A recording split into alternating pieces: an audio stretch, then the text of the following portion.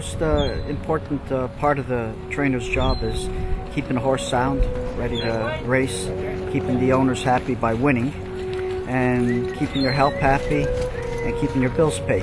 That's probably the most difficult task a trainer faces nowadays. To me, the most difficult part of my job is the amount of bad news that I have to convey to the owners. To start off with, if you lose 4 out of every 5 times you run, you're doing great, but that's 4 times you sit there and watch your horses get beat. The other thing is every morning there's a problem with the horse. The owner might be counting on his horse running that weekend. You have to call him and tell him he's sick. It's going to take him 3 weeks. He's going to have, just like a kid, he's going to have his antibiotics and take him a month to get back to the races. You're always, too often you have to give bad news and disappoint the owners, which is no fun either. It would be nice if it was good news all the time.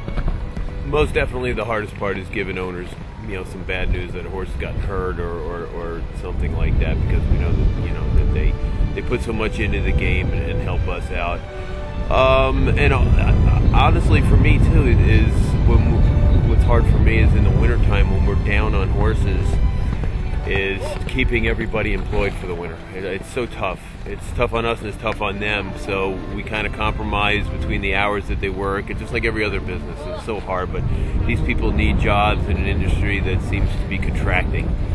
And that, to me, that gets me every morning, when I come in and because like I said, I want to keep them working, but I also have to be able to keep the stable going and stay solvent and pay the feed man and all that.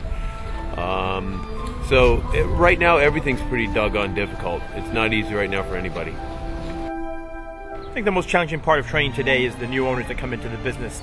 I was very fortunate growing up with my father, Mr. Liza from Flying Z Stables, been an owner for like 40 years in the business, and he understands the ups and downs, and when horses get hurt, it's part of the business. The new owners that come in with the partnerships, and they get some great syndicates going, which has been great for racing because it's kept racing going, but the difficult part is I think a lot of them don't understand the things that happen in the racing game as far as the ups and downs. So it's difficult to deal when you're training for these big partnership groups of different owners and stuff. It seems like the managing group of the partner gets everybody together and has to try to give good news all the time, and then you're kind of left out over there out on an island by yourself trying to give them the bad news. So that's the difficult part, I think, of training in today's day and age. All the great old racing stables with the breedings like the Derby Dans and the Green Tree stables and all those stables Calumet of yesteryear, those stables are gone now, so that's an unfortunate thing. So now you have to deal with a whole different breed of owner, which makes it extremely difficult to do the right thing by the horse sometimes, because it's an instant gratification society.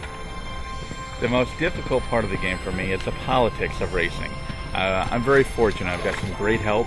I've got great and loyal owners. I've had some success in the game. But it's the uncertainty of what's going to happen in racing. When are the VLTs going to come at Aqueduct? And when is the OTV situation in New York going to get clarified? And also there's the national economy. Racing is down all over. The handle is down nationally. So there is some certainty.